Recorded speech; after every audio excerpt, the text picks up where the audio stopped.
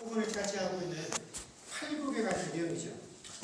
성도들이 일반적으로 이 산상수훈과 팔복을 대하는 입장이 어떤 것이냐면, 우리가 기독교인으로서 믿지 아니하는 세상 사람들과 구별되어질 수 있는 높은 수준의 윤리의식 혹은 도덕적인 기준이 바로 이 산상수훈이고 팔복이다라고, 그래서 우리는 이대로 살아야 한다라고 여기는 부분이 바로 이 산상수훈에 관한 우리의 생각들이에요.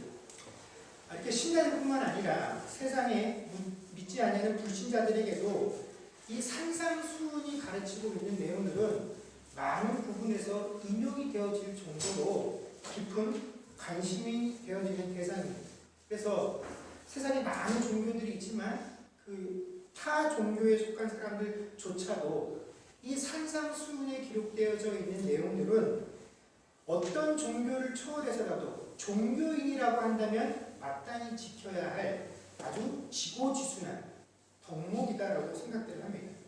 대표적인 인물이 누구냐면 그 인도의 유명한 민족 지도자였던 마하트마 간디가 그렇습니다. 이 사람이 살아생전에 이런 말들을 남겼죠. 그가 어떤 얘기를 했냐면, 나는 예수를 사랑한다. 그러나 기독교인은 싫어한다. 왜냐하면 그들은 예수를 닮지 않았기 때문이다 라고 고백을 할 정도로 크리스찬은 미워했지만 예수님은 굉장히 사랑하고 그분의 가르침을 추앙을 했었다라는 것입니다. 그래서 그가 특별히 사복음서에 기록되어 있는 예수님의 말씀들에 대해서 깊은 애정을 가지고 있었고, 그 중에서도 그가 가장 사랑하면서 자기가 가지고 있는 그 인도의 정신들보다도 세상의 모든 존재하는 종교의 경전 중에서 최고의 내용이다라고 평가를 하면서 그가 죽을 때까지 자신의 인생의 원리로 삼았던 내용이 뭐냐면, 바로 이 마태복음 5장에서 7장까지 등장하는 산상수훈의 내용이었다라는 것입니다.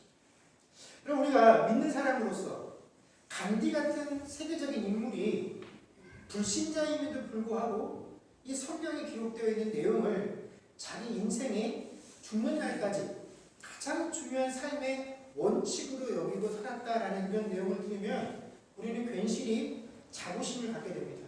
야, 봐라, 하나님 말씀은 이렇게 좋은 것이다. 믿지 아니하는 사람들도 이 말씀에 감동을 받잖아. 그러나 여러분, 이런 감동은 기독교에만 존재하는 것은 아닙니다. 불교나 이슬람교나 또 유교의 경전에도 보면 우리가 윤리적으로 혹은 종교적으로 또 특별히 그들 종교만의 규범으로 그들의 경건 생활을 유지하는 관점에서 기록되어져 있는 내용들을 보게 되면, 우리가 비록 타 종교와 관련되어진 내용임에도 불구하고 우리가 그 내용을 듣고 있는가면 저절로 고개를 끄덕이게 되는 그런 감동적인 내용들은 어느 종교에든지 다 존재를 합니다.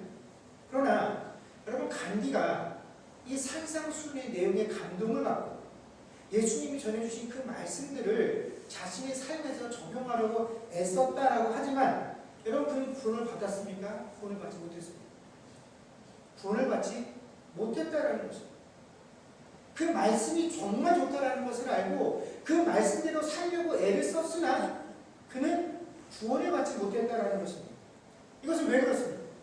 간디가 예수님의 말씀을, 산상수훈을 단지 이 말씀을 전하신 예수님이 시대와 인종과 문화를 초월한 한 사람 위대한 의인이었던 예수가 들려준 뛰어난 사상이다라고 이해를 했기 때문에 그렇다라는 것이죠.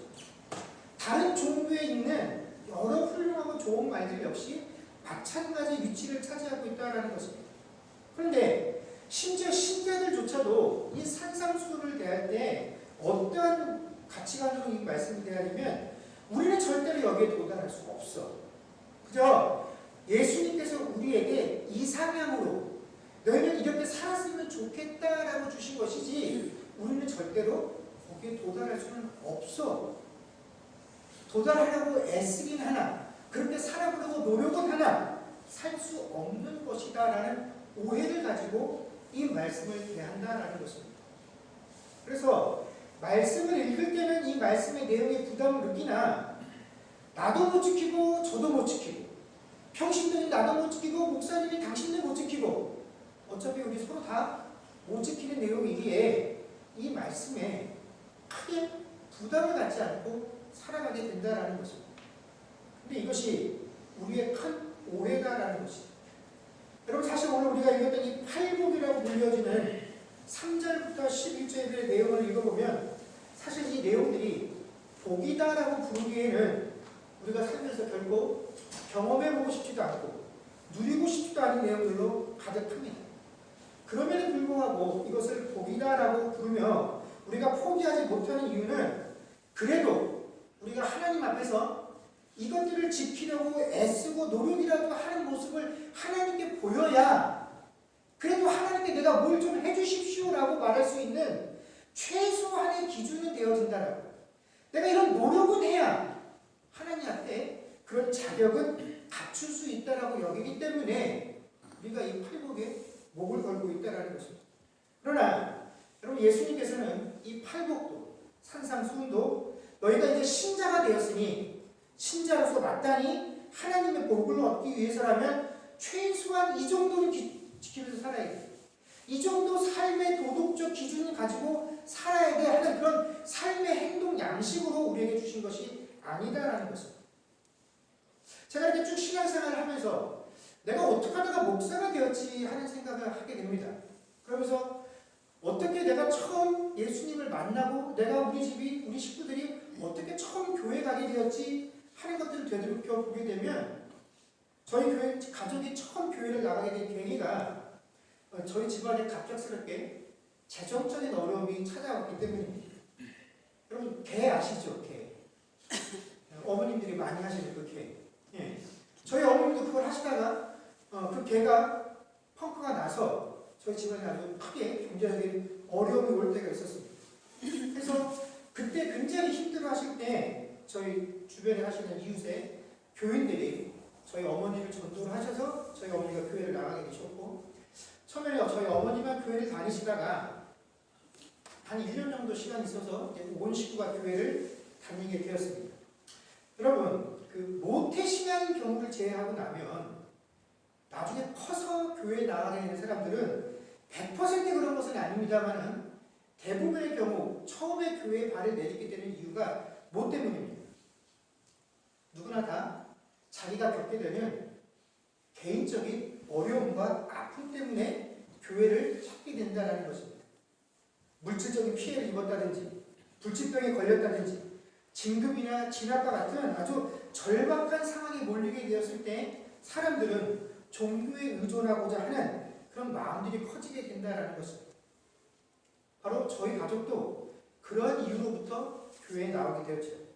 오늘날은 사실 많은 교회 강단에서 목사님들이 우리 기독교 신앙은 단순하게 자신의 가족이나 자기 개인의 평통함을 구하는 기복신앙이 아닙니다. 우리는 하나님과의 인격적인 만남을 통해서 우리의 신앙을 키워나가야 합니다. 라고 가르치고 선포를 합니다. 그러나 교회 안에서는 그렇게 가르칠지언정 세상에 나가서 세상 사람들에게 교회에 오십시오 라고 선포를 할 때는 어떤 식으로 선포를 하냐면 여전히 여러분의 삶에 어려움이 있으십니까? 낙심되고 절망되어지는 일들이 있으십니까? 그러면 그 문제들을 가지고 어디로 나오라고 합니까? 예수님 앞으로 나오라고 합니다. 왜 그 문제들을 가지고 다 예수님 앞으로 나오라고 합니까? 그걸 가지고 나오면 누가 해결해 주신다고요? 예수님께서 해결해 주시기 때문에 그 모든 것들을 가지고 나오라라고 이야기를 한다는 것입니다. 예수님께로 나오면, 교회에 나오면 당신이 갖고 있는 그 문제들을, 그 어려움들을 해결할 수 있다라고 교회가 세상을 향해서 말하는 겁니다. 교회가 예수님이 당신의 어려움을 해결하고 불행을 없애줄 수 있다라고 교회가 이야기하는 것입니다. 그러나 저희 어머니도 그 말을 듣고 교회에 나갔으나 저희는 그 금전적으로 보낸 손해를 다시 돌려받지 못했습니다. 교회에 오면 그 문제를 해결해 준다라고 했으나 그 문제를 교회 가서 해결을 받지는 못했다라는 것이죠. 얼마 전에 한 영화배우가 암에 걸려서 한참 동안 그 활동을 못하다가 이 병이 완치가 되어서서 다시 활동을 재개하면서 한 프로그램에 나와서 인터뷰를 하는데 저는 그분의 종교가 이전에 기독교였다는 걸 알지 못했습니다. 그런데 그분이 어떤 프로에 나와서 자기가 이 병을 앓게 되면서 종교를 바꿨다는 거예요. 그래서 자기가 병이 걸리고 난 이후에 자기 종교를 기독교에서 불교로 바꿨다라고 이야기를 하면서 왜 그랬느냐라고 얘기를 하니 그 이유를 뭐라고 대답을 했냐면 하나님이 자기에게 뭘 줬다고요? 암을 줬다라는 거예요. 자기에게 불행을 주고 자기에게 고통을 주었다라는 것이죠. 그래서 종교를 바꿨다라는 거죠. 그리고 나서 병도 나음을 받았지. 여러분, 이것은 물론 아주 극단적인 얘기는 합니다. 그러나 그분의 그 말 속에서 실제로 신자들이 왜 신앙생활을 하고 신앙생활의 목표를 어디에 두고 있는지를 우리는 미루어 짐작을 할 수 있다는 것입니다. 우리는 이 신앙생활을 하면서 하나님께 기도하고 하나님께 헌신하는 이 신앙생활들을 통해서 내게 닥쳐올 불행들을 막고 싶어 한다는 것입니다. 혹 내가 어떤 불행을 겪고 있다고 한다면 어려움을 당하고 있다고 한다면 고난을 겪고 있다고 한다면 그 하나님의 힘을 빌어서 이 상황으로부터 빨리 벗어나기를 원한다라는 것이죠. 결국 많은 신자들의 신앙생활의 관심은 뭐냐면 나의 행복입니다. 나는 그렇게 많은 욕심이 없어. 뭐 높은 자리에 올라가고 크게 부자가 되고 싶고 크게 성공하고 싶은 그런 욕심 없어. 그저 이 땅을 살면서 남들에게 돈 꾸르다지 않냐고 큰 병으로 병치레하지 않고 마음 아프지 않고 그저 남들이 누리고 있는 그런 수준의 행복한 삶을 살기를 원해 라고 우리는 이야기한다는 것입니다. 그래서 그것들을 위해서 신앙생활을 하죠. 그래서 그것들을 하나님을 통해서 교회를 통해서 보장받기를 원하고 목사들은 교회는 신자들에게 세상들에게 너희가 교회 오면 예수를 믿으면 너희들 삶에서 불행을 떠나게 될 것이고 행복한 삶을 살게 될 것이다 라고 가르치고 선언하고 그 행복을 팔고 있습니다. 그러나 성경은 단 한 번도 우리에게 이러한 행복을 약속한 적이 없습니다. 우리는 성경이 말하는 복을 세상 사람들이 추구하고 내가 갖고 싶은 그 행복이라는 개념과 똑같은 것으로 판단을 하면서 살아가는데 여러분 우리가 알고 있는 행복과 성경이 말하고 있는 복은 전적으로 완전히 다른 것이다라는 것입니다. 그러면 성경이 말하는 복이라는 것은 도대체 무엇이냐? 그것을 가장 잘 설명하고 있는 것이 바로 오늘 본문의 팔복인 것입니다. 그런데 오늘은 저희가 이 팔복의 내용을 하나하나 다 면밀히 살피지는 않을 것입니다. 단지 우리는 오늘 시간에 성경이 말하는 복이 세상이 말하는 그 행복과 어떻게 다른 것인지에 대해서 그 서론적인 내용들을 한번 살펴보려고 합니다. 여러분, 행복의 영어로 뭡니까? 해피니스죠. 여러분, 이 해피니스라는 단어는 우리가 영어 시간에 배웠던 어떤 일이 벌어지다 혹은 발생하다라는 의미의 동사 happen으로부터 유래가 되어진 단어입니다. 그렇기 때문에 행복은 어떤 일이 벌어져야만 느낄 수 있는 감정입니다. 여러분 우리가 행복하다고 말할 때 한번 곰곰이 생각해 보십시오. 어떤 때 내가 행복하다라고 말하는지. 그때는 내가 스스로 느끼기에 뭔가 나에게 기분 좋은 일이 생겼어 라고 느껴질 때 우리는 행복하다라는 감정을 느낀다라는 것입니다. 물론 이 내게 벌어진 좋은 일이다라는 것은 내가 원했던 일, 또 내가 노력을 해서 성취함을 통해서 얻어지는 기쁨이기도 하지만 사실은 나는 아무것도 하지 않았음에도 불구하고 느낄 수 있는 감정이다라는 거죠. 우리가 아주 기분 좋은 음악을 들었을 때 그래서 다른 사람이 연주하는 것을 들었음에도 불구하고 우리는 그 음악 속에서도 뭘 느낍니까? 만족감을 누리고 행복하다라고 느껴진다는 거죠. 어디서 누군가 착한 미담을 우리는 들었을 때에도 그 미담을 보면서 들으면서 우리는 만족감과 기쁨을 누린다라는 것입니다. 내가 직접 그 일을 해냈던 혹은 주변에서 벌어진 일이 되었던 내가 듣거나 보거나 만지거나 행해서 기뻐할 만한 일이 발생하게 되면 우리는 누구나 다 행복하다는 이 감정을 느끼게 됩니다. 그런데 반대로요. 나쁜 일이 발생하지 않았음에도 불구하고 내가 만족하고 기뻐할 만한 일이 발생하지 않으면 우리는 어떤 감정을 느끼냐면 무기력함을 느낍니다. 지루하다라고 말합니다. 그래서 뭐 잘못된 일이 없는데도 그냥 마음이 울적하다라고 이야기를 합니다. 그래서 스스로 나 지금 행복하지 않아 라고 느끼는 것이 우리 인간들이 느끼는 이 행복이다라는 것입니다. 이것은 성경에서 말하는 복과는 완전히 틀린 것이죠. 그렇다면 신자들이 추구하고 있는 복은 이런 세상 사람들의 행복과는 좀 다르냐? 우리는 세상 사람들처럼 내 마음을 기쁘게 하는 그런 일들을 추구하는 것이 아니라 그래도 우리는 그들과 좀 다르게 내면적인 것들을 추구하고 영적인 덕목들을 추구하니 우리가 말하는 행복은 세상 사람들과는 다르다라고 말할 수 있느냐 하면 그렇지 않다라는 것이죠. 세상 사람들이 그런 내가 기뻐하는 일 속에서 만족감을 누리며 행복을 추구하는 것과는 달리 우리는 날마다 기도하고 말씀을 묵상하고 하나님과의 관계에 초점을 맞추며 살아가고 있으니 여러분 솔직하게 그런 일들로 인해서 매일이 기쁘고 즐겁습니까? 날마다 행복함을 느끼며 살아갑니까? 기도하고 말씀을 묵상하고 하나님과의 관계가 아무리 이어나가도 사실 우리는 행복하지 않습니다. 그저 우리는 세상 사람들보다 조금 늦게 그들이 말하는 그 불행한 감정을 조금 더 참고 늦게 느낄 뿐이지 결과론적으로 보면 우리들도 역시 그들이 만족하지 못하는 그 내용들에 만족하지 못하며 살아간다는 것입니다. 심지어 우리가 내면적이고 영적인 도구다라고 말하는 기도와 경건 생활들을 통해서도 내가 원하는 것을 얻어낼 때라야 우리는 비로소 만족감을 느낀다라는 것입니다. 여러분 분명히 우리는 하나님께서 하나님 고난도 감내합니다 라고 말하지만 그래도 내가 기도하고 원하는 것들을 받아내야 그것들이 내 삶 속에서 이루어져야 그것이 내 손이 쥐어져야 비로소 만족하며 행복하다라고 느껴지는 것이 우리 신앙의 실상이다라는 것입니다.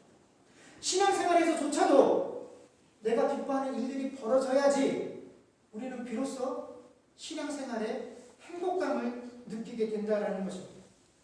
여러분 결국 영적이라는 말로 포장을 했지만 여전히 우리가 하나님께 간구하는 것들은 하나님 내가 기쁘다고 만족할 수 있는 기쁘다고 느낄 수 있는 그 일들을 내 삶 속에 허락해 주십시오 라고 하는 것이 우리 신앙의 실체다라는 것입니다. 그리고 이런 일들이 벌어지는 그런 인생들을 보면서 우리가 뭐라고 하냐면 야, 너 하나님께 참 복받았다라고 말을 한다는 것입니다. 나에게는 없으나 너에게는 이루어진 그 일들을 보면서 우리는 그 일과 그 인생이 하나님께 복을 받았다라고 평가한다는 것이죠. 그러나 하나님께서 우리에게 말씀하신 복은 결국 그런 것이 아니다라는 것입니다. 여러분 우리가 세상에서 말하는 이 행복과 또 우리가 갖고 싶어하는 그 복들과 성경이 말하는 복이 어떻게 다르냐 하는 것은 이 산상수훈이라는 것이 이 팔복이라는 것이 누구를 향하여 선포되어진 말씀인 것인가 어떻게 하면 이것을 누릴 수 있느냐 하는 것을 아는 것을 통해서 우리가 명백하게 알 수 있다는 것입니다. 여러분 예수님께서 이 땅에 오셔서 행하신 첫 번째 사역은 복음을 전하시는 것이었습니다. 예수님께서 이 땅에 전하신 첫 번째 복음의 내용이 무엇입니까? 천국이 가까이 왔다라는 것입니다. 여러분 여기서 천국이 임하였다라는 것은 하나님 나라의 주인이신 성자 예수께서 인간의 모습을 취하셔서 이 땅에 임하신 그 사건이 천국이 이곳에 임한 사건이죠.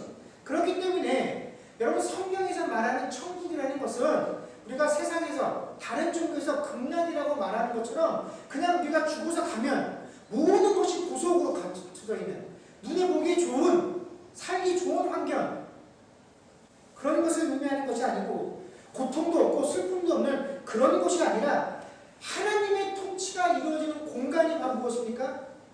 하나님의 나라 천국이다라는 것입니다. 예수님께서 이 땅에 오셔서 그 말씀을 선포하신 것이죠. 그래서 마태복음 4장 23절에서 25절을 보면 예수님께서 이 복음을 전파하시자 수많은 문제점을 가지고 있는 이들이 예수님 앞에 나옵니다. 그래서 예수님께서 그들의 연약함들, 병고침, 귀신 들림들을 고쳐주시죠. 이 광경들을 보고 수많은 무리들이 예수님을 쫓아옵니다. 그리고 오늘 저희가 읽었던 본문 5장 1절의 말씀에 보면 예수님께서 그 무리를 모시고 어떻게 하십니까? 산에 올라가 앉으셨습니다. 그런데 그때 거기에 있던 무리들이 다 예수님을 따라서 산으로 올라가는 것이 아니라 누구만 주님께로 나아갔습니까? 제자들만 주님께 나아갔다라는 것입니다. 즉 하나님께서 이미 예수님께서 이 땅에 오셨을 때 믿기로 구원하기로 예비하신 이들만이 주님 앞으로 나아왔다라는 것이고, 바로 그런 이들에게 예수님께서 행하신 첫 번째 설교가 산상수훈이고 팔복이다라는 것입니다. 그러므로 예수님께서 복되도다라고 말씀하신 건 누구를 말하는 것이냐면 바로 지금 주님 앞에 나와 있는 믿게끔 하나님께서 예비하신 그 자들, 이곳에 나와 예수님의 말씀을 듣고 있는 그 사람들을 향한 것이 바로 이 산상수훈 팔복의 범위이다라는 거죠.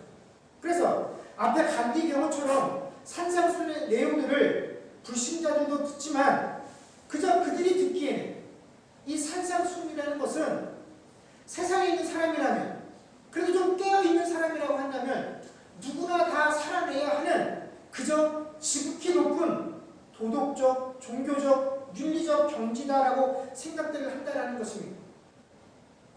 그래서 그들도 이것을 지키려고 애썼고 우리들도 그것을 보면서 지키려고 애쓰나 우리는 이것이 거의 불가능한 일이다라고 생각을 합니다. 근데 여러분, 사실은요, 이 산상수훈이나 팔복은 지키기에 거의 불가능한 일이 아니라 완전히 불가능한 일입니다. 왜냐하면 주께서 이 산상수훈을 우리에게 이렇게 살아라, 이렇게 지켜라 하고 주신 것이 아니기 때문에 그렇다라는 것입니다. 바로 여기에 큰 착각이 존재한다는 것이죠. 우리는 이 말씀을 마땅히 신자가 행해야 할 것이다라고 이해를 합니다.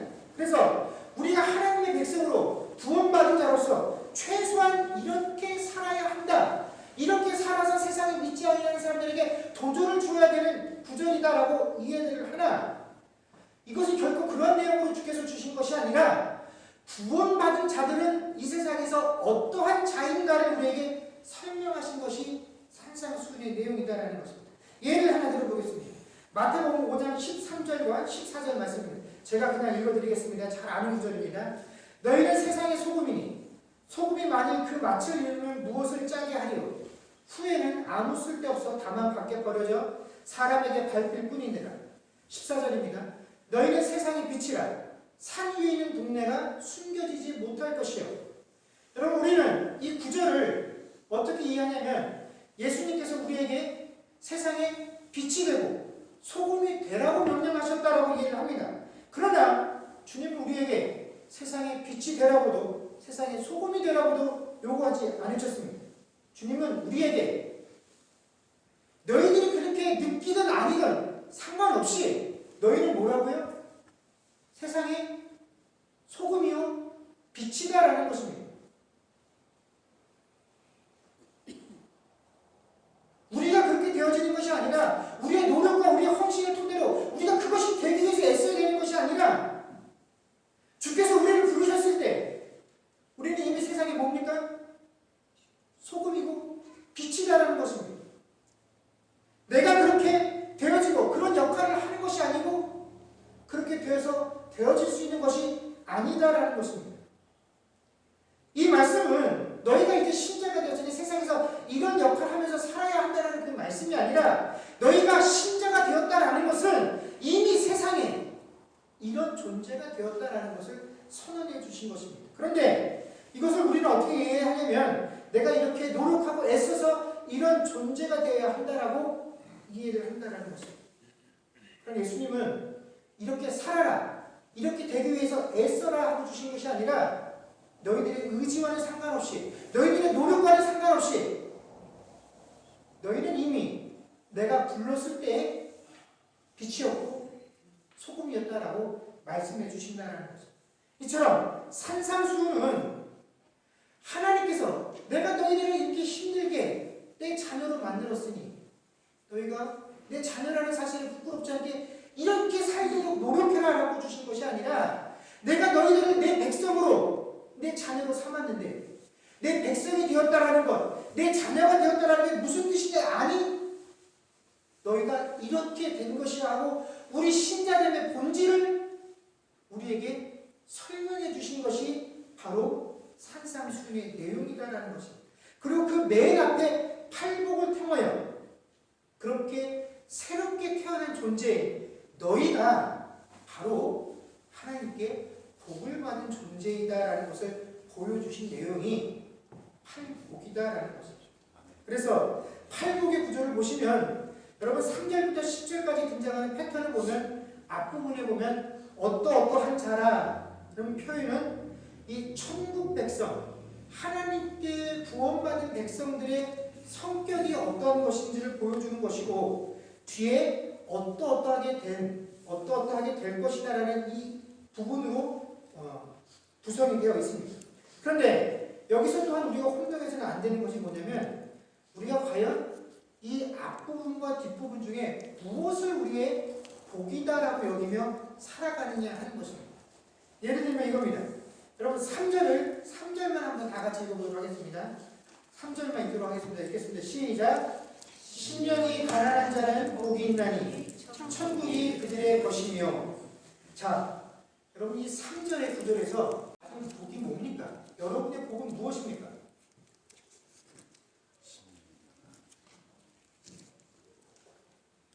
크게 대답하십시오.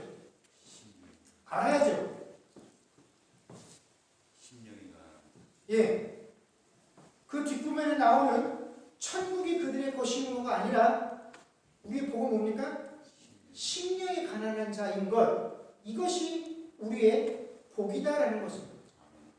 이것이 우리의 복이고 그 뒤에 천국이 그들의 것입니다라는 것은 우리가 복을 받은 결과일 뿐이지 그것이 우리의 복이 아니다라는 것입니다. 그런데 이것이 바로 성경이 말하는 복과 우리가 알고 있는 행복과의 차이라는 것이죠. 여러분 행복은 뭡니까? 그것이 발생해야지만 비로소 내가 기쁜 감정을 느끼는 겁니다. 천국이 내 것이 되어야지만 난 비로소 행복감을 느낀다라는 것입니다. 그러나 성경은 너희 손에 쥐어진 것들이 너희에게 복된 것이 아니라 너희의 상태가 너희가 하나님께 구원받았다는 그 사실이 우리의 복이다라고 선언을 하신다는 것입니다. 여러분 그리고 또 한 가지 주의해야 할 것은 심령이 가난한 자가 복이 되었다라고 했으니 그런 자들이 복이 있다고 했으니 그럼 나는 복이 있기 위해서 심령이 가난한 자가 되어야 한다. 그러면 심령이 가난해지는 것이 우리 신앙의 목표냐? 그렇지 않다라는 것입니다.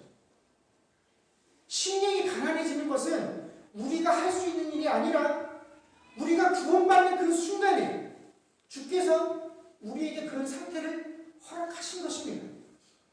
여러분 우리가 해서받을 수 있는 것이다라고 하면 여러분 그것은 이미 복이 아닌 것이죠. 여러분 노력과 여러분의 애쓴 그 결과물 아닙니까? 당당히 하나님 앞에 달라고 요구해야 될 것들이죠. 복이 될 수 없다라는 것입니다. 여러분 심령이 가난하기만 하면 그 모든 사람이 천국을 소유할 수 있습니까? 그렇지 않다라는 것이죠. 심령이 가난한 자는 복된 상태인데 그것은 누구를 통해서만 이루어질 수 있는 일입니까? 예수 그리스도를 통해서만 이루어질 수 있는 일이다라는 것입니다. 세상에서 아무리 인격적인 삶을 살고 이타적인 삶을 살았다라고 할지라도 여러분 천국에 들어갈 수 있는 유일한 방법은 예수 그리스도를 믿는 것 외에는 없다라는 것입니다. 그런데 그 예수를 믿는 것이 내 노력과 내 결정으로 되어지는 것이 아니라 무엇입니까? 하나님의 은혜의 결과로 이루어진 일이다라는 것입니다. 이런 하나님의 은혜의 결과로 우리는 가난한 자가 된 것입니다. 그래서 이 내용들, 심령이 가난하다는 것이 무엇인지 우리가 앞으로 다음 주부터 차차 살펴보겠습니다. 오늘은 그 원리에 대해서만 살펴보는데, 구원받은 자는 심령이 가난한 자이기에 그가 그렇게 되려고 할 것이 아님에도 불구하고 이미 그렇게 되었기에 그가 복이 있다라고 성경이 선언을 한 것입니다. 여러분, 그렇기 때문에 성도가 누리는 복은 행복이 아니라 은혜를 의미하는 것입니다. 여러분, 우리는 이미 이 8가지 복을 모두 받은 상태에 있는 것입니다. 여러분, 세상 사람 땅을 살아가면서 소위 버킷리스트나 위시리스트라는 것들을 가지고 있습니다. 그래서 내가 죽기 전에 꼭 이것을 이루고 싶다.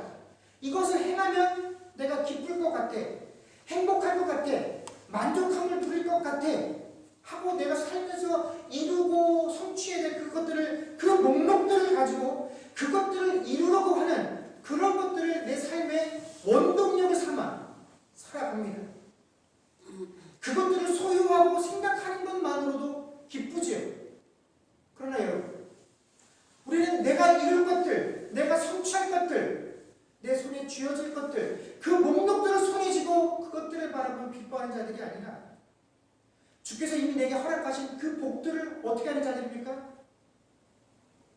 되뇌 있는 자들이 우리 신자들의 삶이다라는 것입니다.